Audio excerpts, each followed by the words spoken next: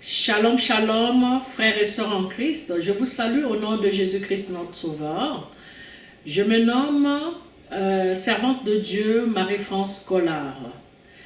Aujourd'hui, c'est notre nouvelle émission et le thème de cette émission est « Je suis emprisonné par mon caractère ».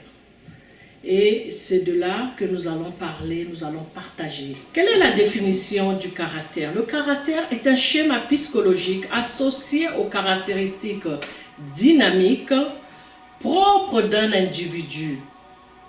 Le caractère n'est pas inné, mais il est fortement affecté par l'environnement, la culture et l'entourage social de chaque personne.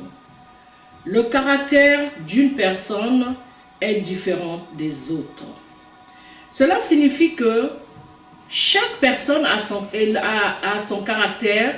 Le caractère se manifeste par plusieurs points.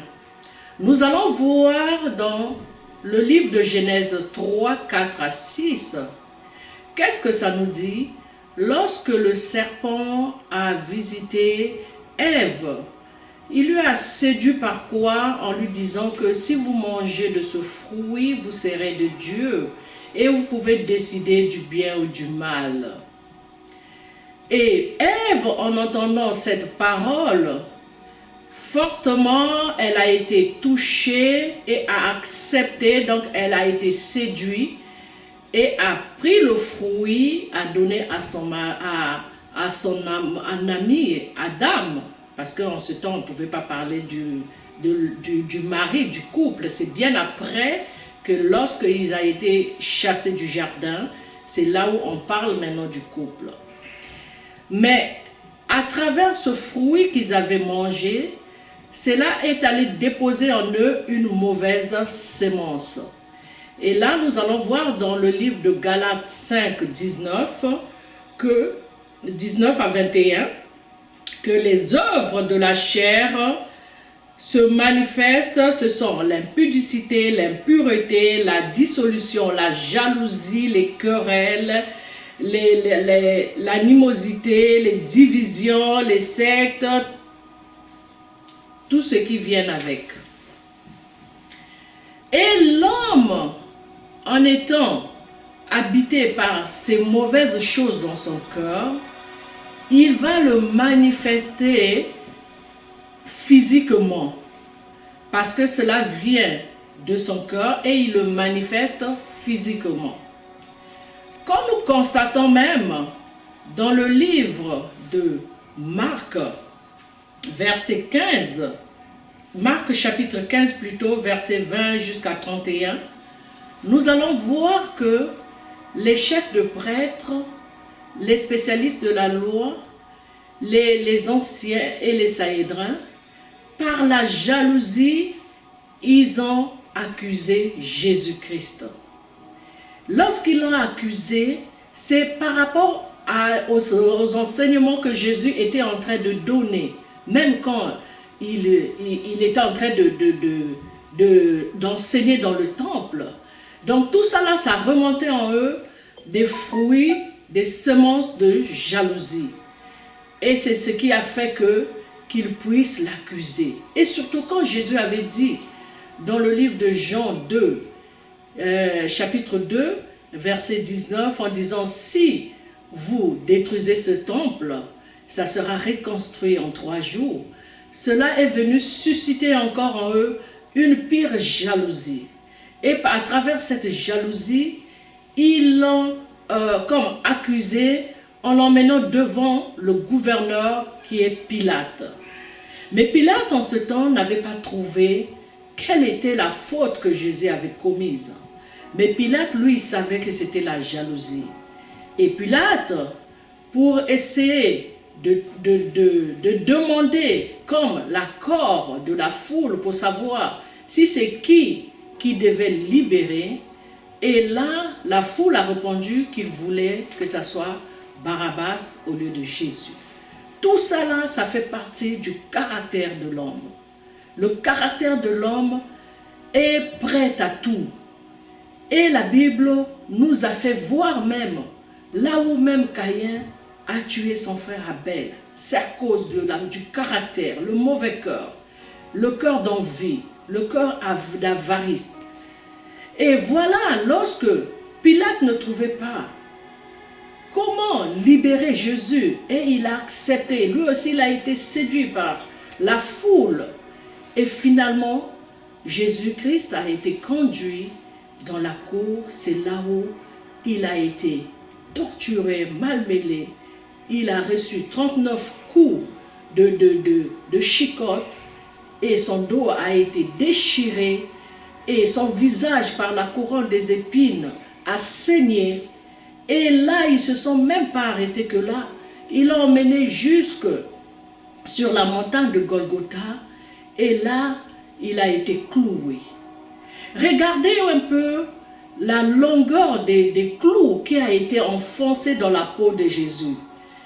Et la souffrance qu'il a eue sur cette croix. Mais voilà qu'il était en train de se débattre sur la croix. Mais les gens n'arrêtaient même pas. Ils commençaient encore à l'insulter sur la croix. Il y a d'autres passants qui disaient « Sauve-toi toi-même ». Il y a les chefs de prêtres qui disaient « Mais lui, il est en train de sauver les autres, qu'il se sauve ». C'est ça le caractère de l'homme. Le caractère de l'homme, c'est la mauvaise sémence qui a pris la place et que l'homme ne fait aucun effort pour pouvoir enlever, se séparer de ce genre de mauvaises choses de son cœur. Mais il y a d'autres qui préfèrent vivre avec ça, aimer ça, ça devient comme leur idole.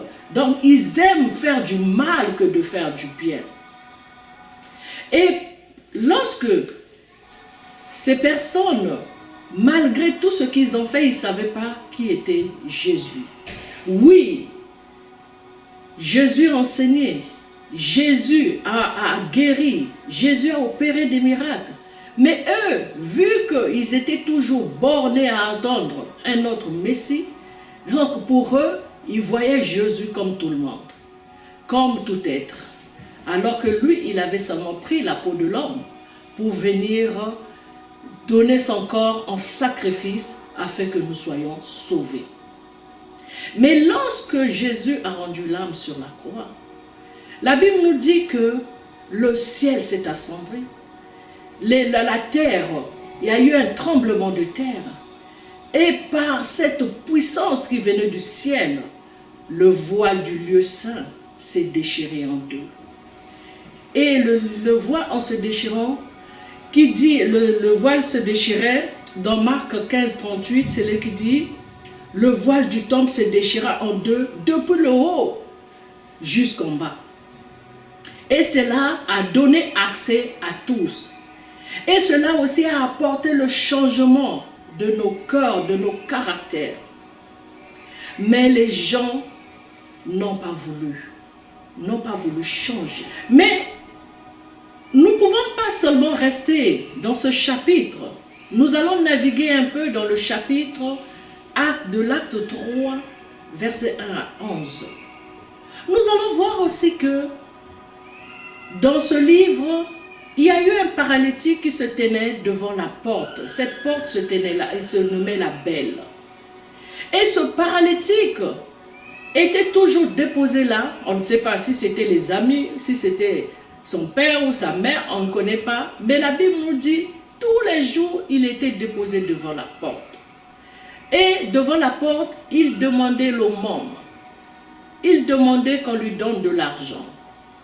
Mais ce jour-là, vu que les disciples ont été visités par le Saint-Esprit et qu'il y avait la puissance en eux, et cette puissance opérait des miracles terribles.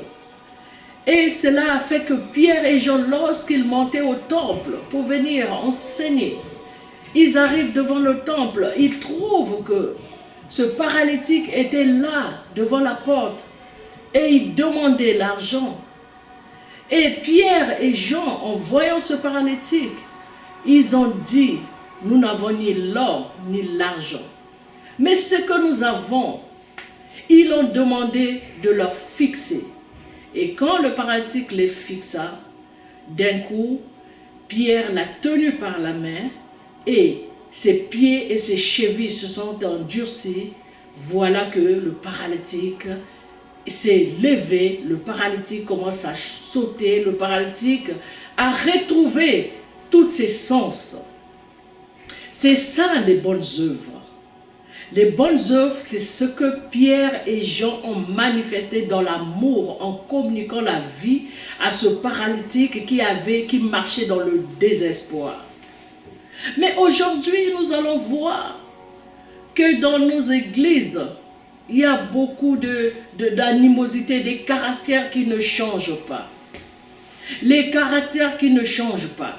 Alors que Christ, lorsqu'il a été cloué, lorsqu'il a rendu l'âme, lorsqu'il a été ressuscité, c'est pour aller racheter ce peuple, nous autres, et de nous redonner un cœur d'amour, un cœur de pardon, un cœur de fidélité. Mais nous l'avons refusé. Nous avons voulu seulement continuer avec ce qui ne donne pas gloire, qui ne fait pas joie à notre Dieu. Voilà le caractère méchant de l'homme. Et nous allons voir plusieurs des personnes, des chrétiens, qui sont toujours devant la porte. Ils n'arrivent pas à accéder à cause de leur caractère. Pourquoi? Parce qu'ils trouvent difficile de se séparer de ce qui est mal. Et ce caractère qui est l'impudicité, qui est le mensonge, qui est l'avarice, même si il veut faire du mal à quelqu'un, il n'a pas pitié. Nous allons voir, entre amis, on se joue des coups bas. Nous allons voir dans le couple, le mari peut tromper sa femme, ou le mari va maltraiter sa femme. Parfois, il ne donne même pas un franc à sa femme. Il est en train de voir qu'il fait du bien alors que c'est un caractère qui a encore une mauvaise sémence. Nous allons voir la femme aussi, c'est la même chose.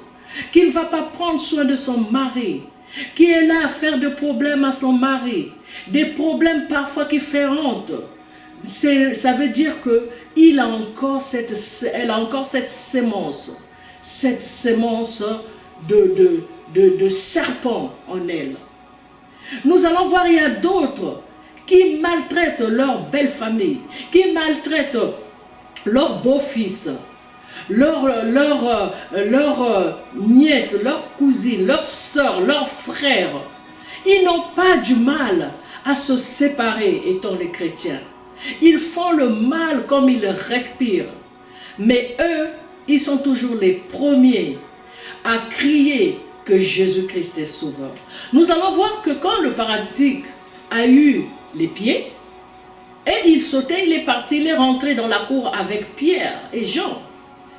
Mais ceux qui étaient là depuis longtemps dans ce temple, ils étaient comme émus de voir ce paralytique qui demandait de l'aumône. Comment il a fait pour avoir ce miracle? C'est parce que eux qui sont à l'intérieur, ils sont dans la distraction. C'est ça, cette distraction que nous vivons aujourd'hui. Plusieurs sont dans les églises, ils vivent la distraction. On va se dire, mais la distraction c'est quoi? C'est parce que ton caractère est toujours prêt à vivre ce qui ne donne pas joie à Dieu. Toi, tu veux habiter dans ton clan. Là, on nous a dit quoi? Le caractère, ça est affecté fortement par l'environnement. Donc, parfois, ce que tu vis à l'extérieur, c'est ça que tu emmènes à l'église. Ou bien ce que tu as vécu depuis ton enfance, et ce caractère-là, tu emmènes ça jusque dans les endroits où tu vas aller affecter les autres. Et c'est ça qui est en train de tuer l'église. C'est ça qui est en train de tuer l'environnement. C'est ça qui est en train de tuer les communautés, les caractères. la mauvaise sémence que les chrétiens ne veulent pas abandonner. Il se dit, j'aime Jésus-Christ. Et quand il parle comme la personne qui est comme avec douceur. Tu vas dire, oui, ce sont des bonnes personnes, alors qu'au-dedans d'eux, ils ont une mauvaise sémence. Frères, sœurs, si vous êtes vraiment enfant de Dieu, il est temps que vous vous séparez de ce caractère. Il est temps que vous vous séparez des mauvaises choses. Parce que vous êtes en train de faire du mal aux autres. Regardez ce paralytique. Les gens qui le conduisaient pour lui déposer à la porte, vu que la Bible nous dit, dans le livre de Lévitique, lui-même l'Éternel auparavant qui avait dit, tous ceux qui ont les malformations ne pouvaient pas accéder dans le lieu saint. Donc ils restaient à l'intérieur. Mais vu que Jésus-Christ, qui a été le sacrifice, le voile s'est déchiré, a donné accès au lieu saint à tous. Mais ceux qui venaient le déposaient toujours devant la porte. Pourquoi? Parce qu'eux aussi, ils voulaient profiter de cette faiblesse du paralytique. C'est pour cela, dans notre vie, nous allons voir aussi, il y a beaucoup qui en profitent. Avec le mauvais caractère, ils vont vous vendre, ils vont vous marchander. Nous trouvons ça dans les dots. Nous trouvons ça dans les lieux de mariage. Nous trouvons ça dans les lieux de travail. Nous trouvons ça dans le lieu des affaires. Nous trouvons ça dans les communautés. Nous allons voir que dans le travail, pour accéder à un poste supérieur, c'est le donner. On va te dire, si toi tu ne veux pas entrer participer à ma religion, ça veut dire que tu ne peux pas accéder à avoir un poste supérieur. Nous allons voir, il y a d'autres qui vont au niveau des dots. On va hausser vraiment le montant. Pourquoi on va dire non? Tu vois, elle est belle, ou elle est intelligente, ou elle est ça. On va se baser sur ça et monter la barre plus haut. Ils oublient que parfois la personne là n'est même pas capable de prendre soin de sa maison. Nous allons voir aussi les types de caractères. Qu'il y a certains serviteurs qui ont monté la barre plus haute. Moi, ça me touche vraiment de voir, quelquefois, pour prier pour toi, un homme de Dieu va dire, si tu ne donnes pas l'argent, je ne pourrai pas prier pour toi. Mais alors que Pierre et Jean ont dit aux paralytiques, nous n'avons ni or, nous n'avons ni argent. Ça veut dire que le maître de l'or, le maître de l'argent, c'est Jésus-Christ. Si tu te fixes à lui, il va te donner tout ce que toi tu as besoin. Mais aujourd'hui, les serviteurs, ils vont se baser à ça. Si tu ne donnes pas l'argent, ils ne vont pas prier pour toi. Ils préfèrent te voir mourir que de prier pour toi. Alors que la Bible nous dit, je vous ai donné gratuitement. Allez donner gratuitement. On ne refuse pas. Il y a les actions de grâce, il y a les dîmes, il y a les offrandes. Il y a prendre soin aussi des serviteurs. Ça, la Bible nous le conseille. Mais à quelque part, dans la parole de Dieu, là où le Seigneur a dit, avant que tu pries pour un malade, il faut qu'il te donne 10 000 $, il faut qu'il te donne 5 000 $, il faut qu'il te donne 20 000 $. Et on ne sait pas combien de fois nous sommes en train de frustrer le peuple de Dieu. Parce que tous ceux qui rentrent dans le temple, ou bien qui viennent assister à des conventions, à des conférences, tous ne viennent pas avec un portefeuille garni. Il y a d'autres, parfois, lorsqu'ils écoutent, ils écoutent le séminaire ou la prédication, peu importe, et ils applaudissent. On pense qu'ils sont en train d'applaudir parce qu'ils ont reçu. Non, parce qu'ils sont frustrés en dedans. Et quand ils voient, et ceux qui ont des moyens donnent, Et ils se disent, ça veut dire que moi qui n'ai pas donné, je n'ai pas reçu. N'oubliez pas, mes frères et sœurs, Jésus-Christ lui-même, il avait dit dans sa parole, il y a un passage qui disait, lorsqu'il est arrivé que les gens venaient donner l'offrande, plusieurs qui avaient des moyens venaient déposer. Mais il y avait une femme qui avait seulement une pièce. Et cette femme, lorsqu'elle est venue déposer la pièce, Jésus-Christ lui-même l'a dit, cette femme a tout donné. Ne minimisez pas les petites sommes. Celui qui a une petite somme, même si cette somme ne vaut rien, mais l'or et l'argent appartiennent à Dieu. Ça veut dire que la petite somme va se multiplier et ça sera une grosse somme. Serviteurs, vous avez monté la barre plus haut. Le peuple est en train de soupirer. Le peuple est en train de souffrir. Je ne parle pas de tous les serviteurs. Il y a d'autres serviteurs qui marchent dans la crainte. Mais il y a d'autres qui marchent selon leur propre caractère, leur propre besoin. Est-ce que vous voyez comment ce peuple est en train de mourir? Nous allons voir, nous sommes à l'étranger. Il y a beaucoup de serviteurs qui sont venus à l'étranger, en Occident, en Europe, en Asie, partout. Mais il y a d'autres, lorsqu'ils étaient dans leur pays, ils disaient, Seigneur, quand je vais arriver dans ce pays, je vais te servir. Mais beaucoup sont arrivés ici. Ils ont tout abandonné. Est-ce que c'est ton caractère? Ils ont tout laissé. Nous allons voir, c'est maintenant l'exode de la parole. Ceux qui sont à l'étranger, ils sont maintenant pliés à être en contact avec ceux qui sont en Afrique pour pouvoir avoir la bonne parole, la bonne prière. Où sont les serviteurs qui sont à l'étranger? Ils sont cachés où?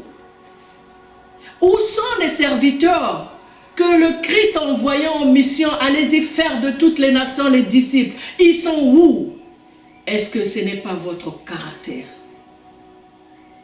Jésus a déjà donné, a délivré de cette mauvaise semence qui a été injectée par le serpent.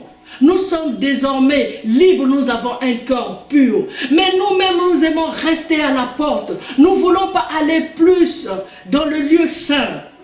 Parce que notre caractère est en train de poser obstacle. Et aujourd'hui, tu vas entendre, la majorité des païens vont te dire, ceux qui ne veulent pas croire, ils vont dire, je préfère rester chez moi que d'aller dans un lieu là où on célèbre le nom de Christ. Parce qu'on voit que les caractères des gens qui prient sont plus mauvais. Non, changeons! Frère, change, son cher serviteur. Tu fais maltraiter ceux qui sont avec toi dans le service. Tu emmènes ton caractère de dictature. Tu viens imposer dans l'église sainte de Dieu. Et les serviteurs qui travaillent avec toi sont en train de souffrir, de soupirer. Pourquoi? Parce que tu ne veux pas changer le caractère. Beaucoup sont en train de fuir à cause du caractère. Il y a d'autres qui restent aujourd'hui parfois.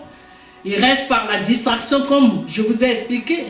Dans le temple, il y avait plusieurs qui sautaient, qui criaient, qui louaient. Mais ce jour-là, lorsqu'ils ont vu le paralytique, ils étaient étonnés. Ça veut dire à quelque part, il y avait la distraction. Changeons de comportement. Le Seigneur nous a demandé de se tenir main dans la main pour faire son œuvre.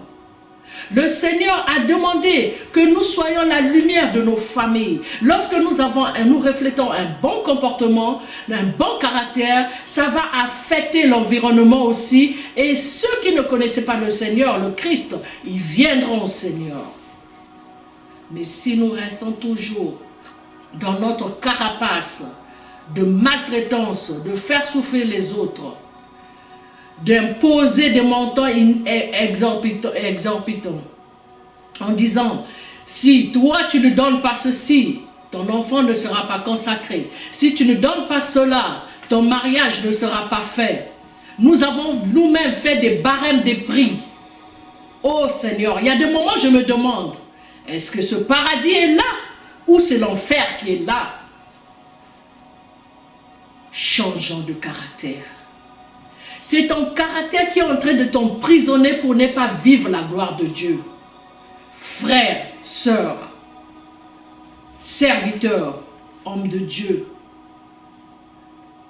tu ne sais pas combien des âmes que tu es en train de faire souffrir.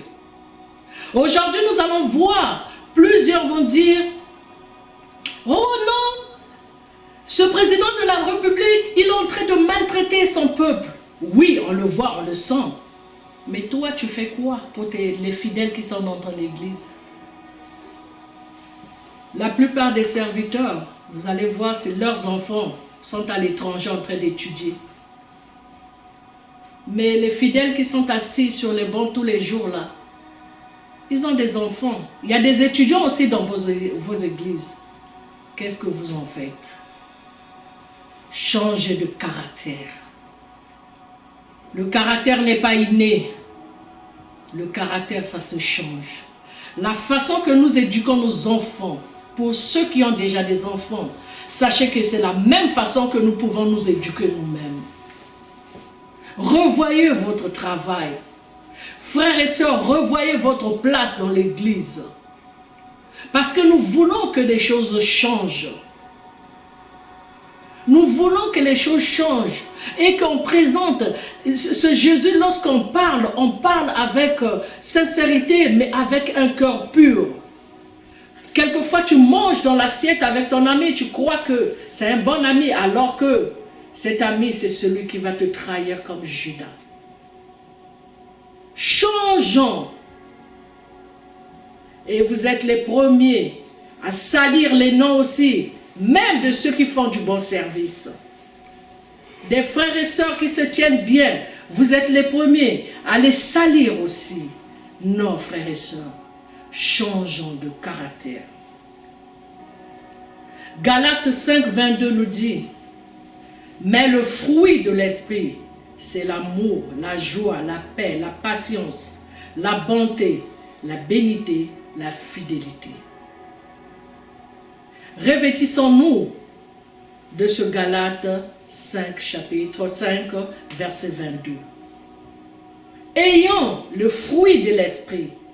Que ce fruit de l'esprit naisse en nous, afin que nous puissions aussi vivre des merveilles de Dieu, vivre les miracles de Christ comme ce paralytique. Et le psaume 1 nous dit quoi? Jésus-Christ a dit, le psaume 1 qui dit, heureux l'homme qui ne marche pas selon le conseil des méchants, qui ne s'arrête pas sur la voie des pécheurs et qui ne s'assoit pas en compagnie des moqueurs. Frères, sœurs, serviteurs, hommes de Dieu, si tu sais que tu es dans un environnement et qui t'affecte et que tu sais que c'est ça qui fait que tu ne puisses pas se transformer, que Jésus-Christ, le Saint-Esprit ne puisse pas faire un travail au-dedans de toi, il est temps que tu quittes ce groupe, ce conseil des méchants qui ne veulent pas que tu ailles de l'avant. Il est temps que tu changes ta carapace, que tu ne puisses plus avoir la jalousie, ne puisses pas avoir la colère, ne puisses pas avoir l'esprit qui condamne ton caractère, qui condamne ton esprit. Non, sors de là. Et que le Saint-Esprit puisse faire un travail. Et que ce travail, lorsque tu vas le sentir en toi, tu seras le premier à témoigner. Je veux parler ici, pour clôturer, à une sœur, à un frère, à un serviteur, à un homme de Dieu. Si tu sais qu'il y a quelque chose qui est en train de naître en toi et que toi-même tu sens que ce n'est pas un bon fruit, laisse que le Saint-Esprit puisse faire son travail dans ta vie. N'aie plus la jalousie, n'aie pas le caractère colérique, ne fais pas souffrir ta femme, ne fais pas souffrir ton mari, ne fais pas souffrir tes enfants, ne fais pas souffrir ta mère, ta belle famille, ne fais pas souffrir tes beaux-frères, ne fais pas souffrir tes belles-sœurs, mais que tu puisses avoir, faire naître en toi le fruit de l'esprit. Que le Saint-Esprit puisse te diriger et qu'il puisse diriger aussi toutes nos églises. Nous avons besoin de se tenir toujours ferme dans la foi. Seigneur, toi qui écoutes les cris de tes enfants, toi qui vois les cœurs de tes enfants, car la Bible nous dit, toi qui sondes le cœur et les reins, laisse que Père, que tu puisses apporter un cœur d'amour, que tu puisses penser toute blessure, tout caractère, parce qu'il y a d'autres, c'est les blessures d'enfance qu'ils sont en train de transporter jusque dans leur couple, jusque dans leur travail, dans les milieux des communautés et tout, mais que le Saint-Esprit, que tu puisses faire ton travail, que tu puisses détruire toute mauvaise sémence et que la nouvelle sémence de la vraie renaissance puisse naître dans le cœur de chacun de tes enfants. Afin que le miracle qu'ils attendent soit reçu. Merci encore frères, merci encore sœurs, merci encore à tous les serviteurs qui vont prendre le temps de m'écouter. Que le Saint-Esprit puisse opérer et que cette œuvre que nous avons été appelés, que nous puissions le faire dans un cœur sincère. Je vous remercie et que le nom du Seigneur qui est au-dessus de tous les noms puisse vous envelopper afin que cet amour puisse habiter dans vos cœurs. Shalom, shalom.